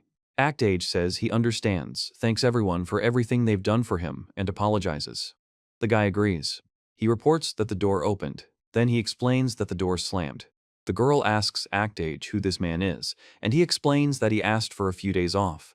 The girl wonders if it was because of the vacation that he was kicked out of the guild, to which Act Age explains that it seems his mother fainted in her home. The girl replies. He explains that he arranged for the other to work at the merchant guild near home, where the workload is lighter and the hours shorter than those of the adventurer. The girl says that this will allow him to take better care of his mother, and this is a completely rational decision, and Act Age says that he still said that he wants to stay in this guild. He explains that his mother is already getting on in years, and no one knows when her health will fail, so he doesn't understand that it's better to find a job closer to home. The girl and Act Age speak to the guildmaster. The man says a huge thank you to the guildmaster. Act Age says he'll be grateful for the rest of his life, and will definitely come back when his mother gets better. The man in the lower left is knocking on the wall. 3 people are visible through the window. He says, The girl says that she doesn't understand what he's talking about at all, and Act Age says that he really cares about the fate of his subordinates and admires his generosity. He is silent. The girl is silent. A man and a woman simultaneously say they don't understand what's going on. It is reported that evening is approaching, and the man calls the guildmaster. The girl says that the job is so hard and she wants to quit, and also says that she can't do it anymore. Act Age tells him he can't afford to lose because he only has one chance. He explains that if he loses, he will die. He says it's not allowed and that he won't allow it. The man makes a ooh sound. The girl says that she can't do it anymore and that it's too hard for her. And Act Age says that it's too early to give up and that she can handle it. He informs her that the woman left their guild after beating everyone in the competition and is now the guildmaster of the Magitechnicians Guild. The girl asks if she wants to leave the guild and turns to Act Age. The woman says she's the guildmaster and is surprised that she's so young and already a guildmaster. The girl laughs and says, haha. Rita says she's young, laughs, and clarifies that she's the guildmaster of the Magitechnicians Guild, the Motley Star, a pixie race, age unknown. Alice confirms that she's Alice. Rita says she's pleased to meet you. Act Age asks the girl if she wants to quit her job. The girl replies that yes, she does, and explains that she can't manage people because it's too difficult, and it's completely impossible. The girl tells the guildmaster that she can't take it anymore. The girl on the right looks at them. The girl asks to be allowed to work under the interlocutor again, and asks if it is possible. The girl says she's been the guildmaster for 3 years, and it's time to pull herself together, to which Act Age replies, no. Act Age then explains that he's been trying for 3 years and can't take it anymore, and also reports that since the girl took over the guild, its stats have been growing every year. The girl explains that it's just a coincidence, honestly, and success doesn't happen by chance. It's proof that she has the talent to be a guildmaster. She remains silent. Act Age says he knows the girl is trying and explains that this isn't the limit, she can do more. He says that the interlocutor has talent both as a magician and as a leader, and he vouches for this. The girl is silent. The girl says she doesn't want to give up everything now and cause trouble, so she'll go back to work. She adds that if there's time to chat, it's better to create something worthwhile. The girl says that when she makes a new development, the first thing she'll do is bring it to the guildmaster. The guildmaster says he'll wait. Act Age says honestly that none of them are understandable. The girl listens. The girl says that they found a good place to work and asks why everyone wants to go back to her. He remains silent. Act Age asks what? The girl replies that nothing. The gloomy guy says that he just thought that the interlocutor is a very unusual person and confirms that she is indeed one of those whose emotions change every second, and then agrees that the interlocutor is right. It's nighttime in the guild hall. A man reports that it's noisy and crowded. The girl says the wine is incredibly delicious, and she has never drunk such excellent wine. The man replies that it is true. Act Age says that this alcohol and these dishes were prepared by people whose talents the guildmaster once discerned and nurtured, meaning there are only outstanding people here. The girl with the ears laughs, and Act Age explains that she didn't understand. The man reveals that the guildmaster is truly outstanding here. The girl with the ears explains that when she was kicked out, the man reached out to her, recognized her hidden talent, and helped her develop it. The girl explains that without him, she would have died somewhere on the street long ago. The woman reports that everyone sincerely admires Mr. Act. The man asks a question. Act Age says they love the guildmaster. The girl explains that isn't true. Act Age says that can't be. The girl says the guildmaster was just praised and asks if he really is the corrupted guildmaster from the rumors. The man says the word moto. Act Age tells Miss Alice that she is deeply mistaken because they, The woman says they are guildmasters, and they just love it. The woman says the word like hasn't meant anything for a long time, and they just love it to the point of madness. Act Age says that Sister Roselia said it perfectly. He says they're just crazy about him and that the guildmaster once did this to him. The girl says that's what she thought. Act Age addresses the girl as Mr. Act. The girl asks if he is a kind person. He says that he understands for sure and asks if Elisa Chan understands him, to which Elisa Chan answers in the affirmative. The girl with cat ears tells Alice Chan that she likes the guildmaster too. Alice Chan reacts with surprise and asks why she suddenly says that. The girl explains that he's so reliable, smart, and handsome, so it's no wonder she could fall in love with him, and adds that the man says he understands, and Act Age says he didn't mean it that way. He says, wait, while holding out his hand with some object. The woman says it's Roselia. Roselia stands with her head down, and a small creature flies next to her. The girl says that the guildmaster is hers. The man asks what? The girl says she doesn't understand what's going on. The man and Act Age argue over who's whose, with the man claiming the guildmaster is his, and Act Age objecting. He asks everyone to remain calm. Alice announces that she intends to give the guildmaster her virginity, to which he reacts with surprise. The man addresses Alice by name. The man says, that's it, that's enough. He needs to drink some water and calm down. The girl says she wants to devote herself entirely to the guildmaster and confesses her love for him. The girl says, ah. Act Age reports that slackers are screaming in the middle of the night. The girl calls him guildmaster. He reports that they woke him up because of the noise and says that they could be heard even in his house behind the building, after which he calls them daredevils who are disturbing his sleep. The man asks if they were too noisy. The guy apologizes and asks the guildmaster for forgiveness. The girl also apologizes, and the guildmaster says that it can't be that they caused him inconvenience. Act Age tells them to stay home and sleep and stop making noise. The man replies that he does and asks for forgiveness. He says that he has work tomorrow. The girl confirms this, and the man suggests that they wrap it up. The girl says it's strange that Alice is beaming despite being scolded, and explains that it's simply the guildmaster's concern. Alice asks if that's true. The girl says that if they drink too much, they won't be able to work tomorrow, so he came to stop them from getting drunk. The girl says he wasn't angry, that they were keeping him awake. The man says he wasn't even wearing pajamas and asks if she didn't see him, after which Act Age confirms it with the word definitely. The man explains that he never gets angry without a reason, and even when he does, it's because he cares about them. The girl says she understands, and he extends his hand. The world is full of guildmasters who treat guild members like tools and kick them out without reason, but Mr. Act, on the contrary, sees people not as tools or pieces on a board, but as true subordinates. The girl says he's a good man. The girl confirms he's real. The girl says she's now sure her image of him as kind was completely accurate. The girl says that he is the best guildmaster in the world and explains that just one look at his smile will make everything clear. The man says that rumors really can't be trusted. Act Age announces that this is the guildmaster's office. The girl says she knows she's frozen and asks him to move already. She explains that if he places the piece here, it will lead to a dead end. Then Act Age makes his move. At the end, the sound of a door opening is heard. The girl says she brought the evening newspaper to the master. He explains that he decided to have a little fun, but his opponent was too weak. The girl asks if he plays chess and asks her to.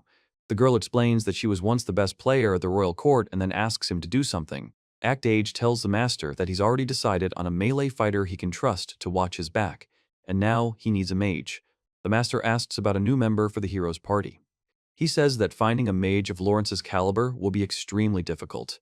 The girl tells Act Age to get ready, and they leave. The man is indignant that they haven't finished the game yet and asks them to wait. The man makes an ah sound when he makes a chess move. The woman reports that checkmate, victory for the master, is amazing, and says that they are too strong. The man wishes her a safe journey. The girl bows and leaves. Act Age tells Alice to go and raises a toast to the elder Frederica. He says so. The next panel shows a carriage with a horse moving along the road. The girl turns to Act Age and asks where they are going, then asks him to look at the newspaper headline. The man says the explosion in the dungeon and the miraculous rescue of everyone involved are true. He says they're heading to a town near the scene, where their future ally is supposed to be. Act Age tells the other to continue reading and asks how the other knows about Mr. Lawrence's ally. The woman says the cause of the explosion is unknown, then tells the other to speak. The girl says that the explosion was probably caused by a spell, meaning that there was a mage in the dungeon so powerful that he destroyed an entire floor, and he has 0 points. Actage says that even if the explosion was intentional, why destroy the dungeon along with it? And if it was a terrorist attack, why weren't anyone killed? The man says there are too few casualties for an attack. A grim-faced man explains that the explosion was most likely caused by a fire dragon and it's mating season for them, making them extremely aggressive. He explains that if anyone survived a direct hit from its flames, it means there's a mage among them powerful enough to protect everyone else. A few days' journey by wagon later. Laverno Adventurers Guild. Actage says he's interested in the incident. Guildmaster Gary says that an entire floor of the dungeon melted and he thought no one survived. He asks the name of the person who first reported it and says it seems to have been Eli. Actage says Eli is a newbie, trying hard, but not having much success so far. The man says Eli's teammates bully him and consider him useless, and that he's warned them several times. He reports that his crew seems to be at the tavern now and asks if they know where to find him. The man explains that he was the first to arrive with the report. The girl says yes and asks, "So what?" The man understands. The man thanks her for the information and says it's time to go, but the girl replies that she's welcome. Actage turns to the bookcase. He asks if he thinks this Eli is a mage of Lawrence's level, and the girl replies that he is definitely a mage. The man knocks on the door of the house. The girl says that they call him useless. It is hard to believe that such a person is a great magician, and Actage explains that arguing without seeing with your own eyes is a waste of time. He says they will find him and see for themselves. Actage reports that this is a tavern. A man is sitting at the bar. Actage and a woman enter the premises. The man says he doesn't drink, but he'll make an exception today. He explains that they've gathered to discuss an important matter. The man explains that it's related to their future and requires a serious approach. Actage asks if he can have a minute, and the girl asks what kind of guy he is. He says that he is the leader of the group Eli, and asks if it is Eli. Han says he kicked him off his team. The girl asks why. The man explains that he's useless trash. The boy clarifies that he's trash. The man says he's nothing but trouble for them, and the boy says that it's their place to be pissed about it, not the man's. The woman explains that even during the trip to the dungeon where the explosion occurred, the loader kept whining about going back, and that it was because of him that they got into trouble. The girl says she doesn't understand how anyone can say that. Actage says he understands and thanks for the information, then tosses the bag. He then calls the other person a generous person, who replies that Actage saved him time. He says that fools cannot understand, and suggests that Alice go. The girl asks what he is talking about. Actage asks why he was stopped. The girl explains that it was a waste of time, but if it weren't for this Eli, everything would have ended in tragedy. The girl says that he was kicked out for this and is still being ridiculed, and this is unfair, and he explains that anger will only exhaust him in vain. Actage tells Alice that they are returning to the hotel, it will rain soon, and the search will continue tomorrow. Alice asks, but still. A girl looks out the window. It's raining outside. A man and a market vendor notice the rain. A heavy downpour begins in the city. The girl reports a sudden heavy downpour, and Actage tells them to run faster and keep up. They run down the street, and a woman walks to the left. The girl says she can't afford to be weak because she has a goal. He explains that he's not going to give up and will fight to the end. The girl explains that they must work together to achieve their goal. Actage says that if he can't win, he'll die. The girl explains that he shouldn't die. The woman asks Mr. Act if it's him. Mr. Act looks at her with tension. Actage tells Alice to go back to the hotel. Alice is surprised and asks what is going on, and Actage starts to speak but is interrupted. The girl says what happened. Actage apologizes, and the girl asks if it's true that he's Eli. Then the girl leaves. The girl asks who he is. The man says he was looking for her and offers to go talk, but the girl responds hesitantly. The girl apologizes and asks what she needs. The hooded man responds silently to her words. Actage says he doesn't intend to do anything bad and suggests they go. The man expresses bewilderment and surprise. Actage looks on tensely. Later at the hotel, the girl says they could have explained properly and asks if it's the same guy, noting that it's been too long. The man replies yes. The girl suddenly exclaims, "Alice!" Actage informs him that the rooms are separate for men and women and advises Eli to wash up first. The man explains that there's no need to go to such trouble and warns him not to get carried away. The girl says that sometimes it's better to just accept kindness with gratitude. The girl explains that she doesn't want him to catch a cold and cause her trouble, so she asks him to go quickly. He says, and then says, okay. The woman says it's time to go. The girl replies with a question. The man explains what it means. Actage is silent. A man calls him and invites him in. The man closes the door and says, okay. Act Age says it's time for him to go to the bath, and from the table comes a sound similar to screams or groans. The girl says she's calling Act Age and is surprised. Legs are shown, quickly moving forward. The man speaks carefully, and Act Age shouts, "Aye." The girl says he's up to something, and he sighs. Act Age speaks its name. The girl says it's such a disaster and that the child turned out to be a boy. She also says it's inappropriate. He lies silently on the floor and explains that the girl is even aware that she just now, wrapped in just a towel, threw him on the floor. A man tells a girl to put on clothes. The girl responds with bewilderment and fear, screaming. A few minutes later in Act's room, he is reported to tell the girl to drink it. Act Age says that's it. The girl thanks him. Act Age asks how long she plans to sit like this. The girl says that everything that happened is Act's fault, and he must take responsibility. He asks who she is. The girl explains that she is Act, the guildmaster of the Divine Gem Adventurers Guild. The man asks if she knows about the guild, and Act. Act Age explains that it's not true that there's a very kind and compassionate master there who helps the weak. The man says that's not true at all, and that the man is misunderstanding the matter, though the girl doubts it. The girl explains that the man wasn't mistaken, and that this gentleman really is A. He tells Eli that he came to invite him to his guild. Eli explains that he won't be of any use because he's useless. He asks why Eli thinks that and replies that it was those idiots who called him that, not him. Act Age says that every person has a talent that he himself does not notice and asks about his potential. He explains that the girl harbors amazing powers, like Ogre, and the spearman from the hero's team possesses the same level of talent. The girl says that all her life she's only been a nuisance to others, and everyone considered her a walking disaster. Act Age says he doesn't understand how he managed to protect his comrades from the fire dragon's breath, and believes it was simply the force of desperation. The girl says she's no good anyway. He tells Eli to raise his head. The girl explains that what he calls the power of despair is only a small part of his true potential, and says that, having seen many talents, she vouches for this. Act Age says that Eli has a magical gift that surpasses all others, and asks you to trust him and join his guild. Eli listens. He feels if this person truly believes in him, he does not lie and is so direct, but not false. The girl says that she has already decided to give up everything and leave the guild, but she can at least believe one last time in the one who believed in her. The girl says that she will try to trust this man and asks for the guildmaster's guidance. The girl congratulates Eli and says she'll give it her all until the very end. Act Age says that's an excellent aspiration and will personally train Eli from now on. Eli explains that he said he was ready to give it his all until death, but they're not literally giving it their all until death, right? The girl says she can't take it anymore and breathes heavily. The girl asks what's going on. Act Age sits silently with his sword, then says he didn't say anything when the man asks if he said anything. The girl flinches. The girl tells him he has a talent for magic and asks why they make him run. He explains that because he's a mage, he needs to strengthen his body to withstand the magical backlash.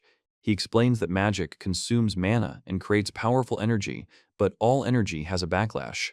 The girl says Act Age makes him run with deep meaning, and she thought he was just making fun of the newbie. Act Age says he doesn't waste time on nonsense. The man remains silent. He says he's tired. The girl says she's tired too and asks to rest a bit. Act Age calls him a pathetic coward and asks if he's done, if he's given up. The girl asks Act Age to go rest, and he replies that's too much since he's trying his best. The guy asks her to wait for him and says he still has some strength, and Act Age explains. The girl says she doesn't want to be a loser anymore and needs to live up to his expectations to become stronger. He says okay and orders her to run and show that she can surpass herself, to which the girl replies yes. The image shows an empty landscape with a fence and clouds in the sky, without characters or text. Act Age supports a man who leans on him while a woman runs alongside him. The man explains that he can't go any further and asks for help. Act Age says she'll support him and that together they can reach their goal. The girl says that if Act catches a cold, it will disrupt his training schedule and thinks he should be a little more direct in his kindness. He thanks them. The girl explains that Act is very kind and he asks them not to take this the wrong way. The man says not to talk nonsense and that he is not kind at all. Act Age replies that of course. About 2 months passed after this. The girl says she's ready and casts the fireball spell. She releases a fireball that explodes on the ground. The girl sharply points the wand forward. The stone or wall cracks and crumbles from the impact. The girl says it's amazing that in such a short time and without a spell, he can use high magic, and with such power that he broke through the training ground's protective barrier and calls it genius. The girl hugs Act Age and calls him guildmaster, she says. Act Age says that the talent was not his, but someone else's, and that it was not his merit. He tells Elijah to be proud of himself and explains that this strength and effort are his alone. The girl thanks the guildmaster. The woman reports that Eli and his comrades successfully defeated the fire dragon, and it was Eli who delivered the decisive blow with his ultimate spell, despite being part of the S-ranked Orca team. She also explains that everyone is now talking about Eli's exploits, and people have already come from various guilds. The girl explains that, as expected, the master always sees the essence, and that it was he who discerned and nurtured his talent, and the man asks him not to do so without warning. The girl explains that he meant blind fools. The girl says it's not possible, the man asks her not to be so strict, and Act Age says they'll do everything quickly and leave, after which he raises his hand. He says he's glad it's been a while since he last saw them and greets the assembled group. The man announces that this is where they are. The woman asks Hans what's wrong with him, and he explains that he came to pick someone up. Frederica tells them to leave, as their master won't associate with such boors, and asks them to wait. The man explains that he's now a member of their guild. Act Age asks if the master is up to something. The man says he's theirs and does what he wants. The guy with long hair says he's come to tell of his heroic deed. The girl with short blonde hair shouts Eli's name. The guy with long hair explains he's come for Eli and suggests they go home. Eli says he heard the guy's pretty good at fighting now. Act Age says it's too early for him to go anywhere, especially for someone like them, and that he'll never give him up, explaining that he's carefully raising him now. The man shouts that he's not deluding himself and is going to punish him. The guy indignantly asks what he's doing. The girl reports that their master is extremely busy and warns that if they continue to interfere, they will be forced to throw it out by force. The guy says he doesn't understand what this monstrous aura is. The man says it's time to leave, and the guy agrees. The man refuses to meet again, explaining he doesn't want to clutter his memory with garbage, and the other man says they'll see each other again. Later that night, Act Age tells the guildmaster. He reveals that, although he's been trained, he's become strong enough to defeat the dragon, but inside he's still just as weak. He apologizes for messing up again and forcing someone to walk him back to the hotel, admits he's useless, and apologizes for his cowardice. The man. Act Age asks what the man is looking at and says it's disappointment, then says he doesn't care anymore. The man replies, the man asks to wait and not leave him, turning to the guildmaster, and he tells him to stop. Act Age says that the guildmaster is the same back alley they're going to, and the man remains silent and makes an sound. The guy asks for forgiveness and promises to become stronger. A woman asks only not to leave her. A man with a raised weapon walks forward. Another man stands nearby. A girl shouts to the guildmaster. A man in a cloak stands next to a man who has fallen to the ground. A girl stands behind. Act Age tells Hans that he's come for him and says they've decided to repay his guildmaster for the way he treated them. Hans expresses surprise and denies it. He yells for them to stop and asks why they're doing this, demanding that they tell him something. The man explains that there's no reason and that it just irritates him. He expresses displeasure. The man remains silent, and he makes a sound of displeasure. The man asks Act Age to forgive them for exiling him and offers to go with them again, but Act Age refuses. He says he can't hear. A man and a girl are fighting two opponents. The girl asks him to stop. Act Age demands that he say he'll return to their team. The man offers to help and asks what Eli will say. There's a man lying on the ground, two men standing next to him. The girl says that the man calls Eli. Act Age tells him not to think about him and to decide for himself what to do. The girl says it's his life, but so he won't regret it later. The man calls her guildmaster. The gloomy guy asks why, and the girl replies that she didn't hear what he said. The girl says she told him to let go. The man yells and asks if she's doing this. The man looks confused. The man, woman, and guy step back. The guy says he can't allow this. A man, a woman, and another man are sitting on the steps. And Act Age is lying on the ground. He says he won't be returning to the team and asks if Eli understands. Eli says he knows because he used to be with them. He explains that the dagger has a poisoned tip. Eli asks if that's scary. The girl says, ha. Act Age says yes, it's scary, but the girl says she's much more afraid of the thought of someone getting hurt because of her cowardice. He says it's too late. The man screams, damn. The man streams, using the wind squall technique. The girl declares that she will no longer allow fear to control her and will not become its slave. The woman reports that the leader is fine. The man screams that he'll kill both her and the guildmaster, and curses the bastards, demanding they stop standing there like idiots. The woman asks what's going on. The man expresses confusion. Act Age asks what happened. He says they beat him half to death, but there aren't even any scratches on him, and explains that for him, the pitiful attacks of his opponents were like a standstill. The man panics and asks what he did and asks them to wait, and then can't believe what he did. Act Age delivers a powerful punch. He then receives a series of blows from multiple hands, striking him from all directions. The man lies there, saying he doesn't understand what those movements are. A girl, from a distance, calls him a monster. He says they played the role of punching bags perfectly and thanks them for their service. The girl calls Act Age guildmaster. She hugs Act Age and says he was deliberately feigning weakness for her sake, and asks why he was going through such lengths. Act Age says that Eli has power, but he lacked the confidence to control it, and that they put themselves in danger to teach him. He says there's no need to thank her, it's part of the training, and thanks the guildmaster. The girl says that it's still cruel to lie. The girl says she was genuinely worried about Act Age. Act Age explains that he's a corrupted guildmaster who doesn't choose his means to achieve his ends, and asks if she didn't already know that. The girl is silent, then laughs. Later, at the guild, the woman tells the guildmaster they haven't seen each other in a while. The guildmaster informs her that Ulthar has arrived and says the woman is using him as an errand boy again, asking where the newcomer is. The woman turns to the guildmaster. The girl asks what their business is.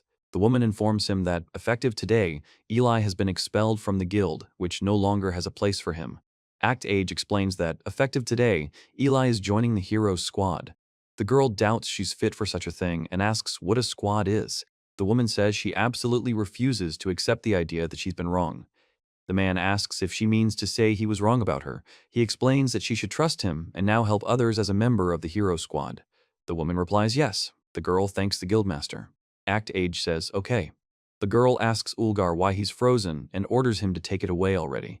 The woman with long hair confirms that Eli Chan is correct, and the girl with short hair hesitantly says, Cham. The woman says she just thought the man was a girl and asks for forgiveness, but the man reacts with surprise.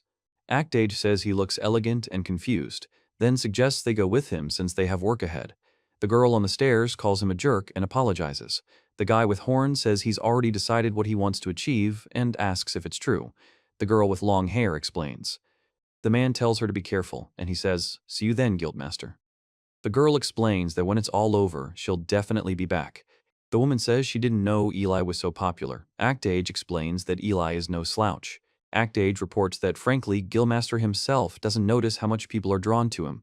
The kingdom of Niga, where Act is heading, borders the kingdom of Celedia. Act tells Balkan that yesterday's events could be improved a bit. Healer Rook of the Celedia hero team informs them that Rook is no longer needed by their hero team and orders them to leave. Balkan, the hero. The gloomy guy explains that she is a healer, but much more powerful than a regular priest, so they no longer need her.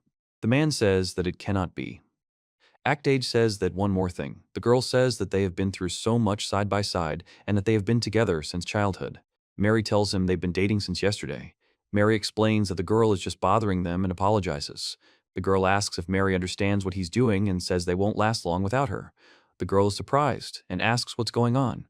The guy says that Mary's healing power may be stronger, and the woman says she's been boosting the guy with support spells all this time, adding that he doesn't notice how weak they are. The guy asks what nonsense the woman is talking about, and she replies that it's not a lie, but the other woman says not to lie so nakedly. Act Age says the girl simply doesn't want to leave because she's in love with him and asks if he's serious now. The girl explains that she's not attracted to skinny, short guys like him. The woman explains that, unlike Mary, she's beautiful, gentle, and perfect. The girl. The man says that everything is clear, and he leaves. The girl says that this is great. Act Age reports that the door was kicked in.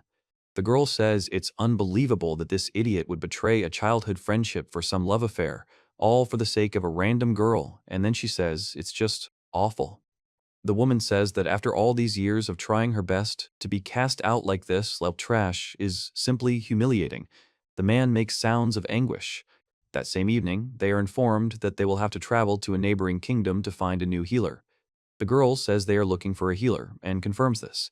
Act Age explains that, according to reports, there should be a suitable candidate in that city. The guy asks what it is. If it's a fire, the girl confirms and tells him to go. He says to go. They look at the burning building. Act Age says that saving people is the first priority and asks what to do next. The man asks the girl if she's okay. The man with disheveled dark hair explains that it's strange there are no burns and wonders if it's the remnants of magical power. Actage says that. He says there's definitely someone left inside and reports that the girl ran to save the child. The man looks at the girl sitting on the ground. Actage tells Alice to bring the knights before he returns, and Alice agrees.